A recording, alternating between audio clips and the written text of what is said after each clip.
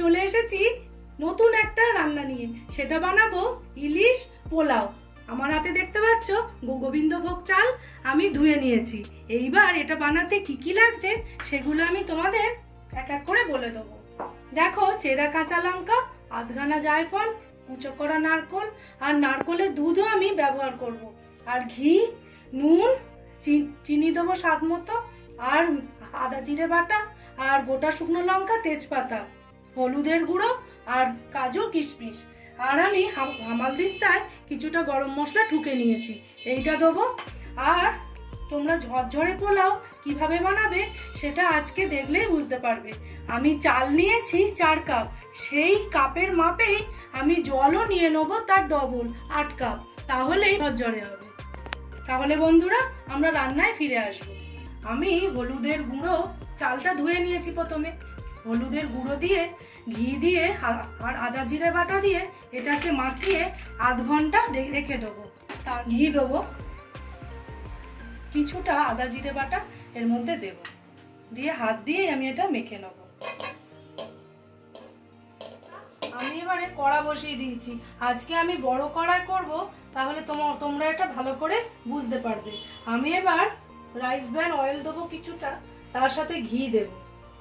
আমি এবার ঘি দেব, এটা এবার গরম হলে এর মধ্যে মাছটা ভেজে নেব। ঘিটা আর রাইস ব্র্যান অয়েল দেখো গরম হয়ে গেছে। এইবার আমি নুন, হলুদ আর একটু লঙ্কার গুঁড়ো দিয়ে মাখিয়ে রেখেছি ইলিশ মাছটা, সেইগুলো হালকা করে আমি ভেজে নেব। দেখো আমার মাছ ভাজা হয়ে গেছে, আমি তুলে নেব। আমি কিন্তু ইলিশ মাছ হালকা করেই ভাজি। আমি সব মাছ কটা ভেজে তুলে নিলাম। এবার গ্যাসের ফ্লেমটা কম করে দিয়েছি, দিয়ে আমি এবার গোটা গরম মশলাটা ফোড়নে দেব,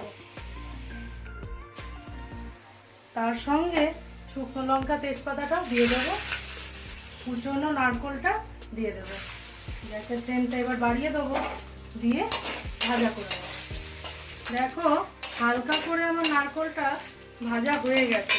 এইবার আমি কিছুটা কিশমিশ, কাজু দিয়ে দেবো। এই আদা জিরে বাটা এইবার দিয়ে দেবো। এইবার দেখো ভালো করে এটা কষে নেবো। এর মধ্যে নারকোলের দুধ দেবো, ভালো করে আগে কষা হবে, তারপরে নারকোলের দুধটা দেবো। এইবার আমি যে চালটা ধুয়ে মাখিয়ে রেখেছিলাম, গ্যাসটা সিম করে দিয়ে এবার এটা আমি দিয়ে দেবো আস্তে আস্তে। গ্যাসের ফ্লেমটা এবার বাড়িয়ে দিয়েছি, দিয়ে আমি এটাকে ভালো করে মিশিয়ে নেব। ভালো করে একটু চালটা ভেজে নেব। দেখো এইবার আমি নারকোলের দুধটা মিশিয়ে দিচ্ছি। নারকোলের দুধটা দিয়ে ভালো করে এটা ভাজা ভাজা করব। তারপর আমি যে মাপ করে জলটা রেখেছিলাম দিয়ে দেব। দেখো বন্ধুরা আমার চালটা ভালোভাবে ভাজা হয়ে গেছে। এবার আমি মাপ করে যে জলটা রেখেছিলাম, মানে 4 কাপ গোবিন্দভোগ চালে ঠিক ডবল জল, মানে 8 কাপ জল দিয়ে দেব। চেরা কাঁচা লঙ্কা ওপর থেকে দিয়ে দেব, ভালো করে এটা মিশিয়ে দেবো। নুনটা দেবো এবার। দেখো আমি এবার পরিমাণ মতো নুনটা দেব। আমি আরেকটু ঘি দেব। দেখো বন্ধুরা আমি এবার ঘি দিয়ে নুনটাও ভালো করে গুলিয়ে মিশিয়ে দিয়েছি। এইবার এটাকে ফুটতে দেবো, আর একটা ঢাকাও দিয়ে দেবো। দেখো আমি ঢাকনাটা খুলে দেখি পোলাওটা ফুটছে। এইবার মাছটা আমি দেব, দিয়ে কিন্তু কিছুক্ষণ পরেই তুলে রাখবো, আবার শেষে দেব।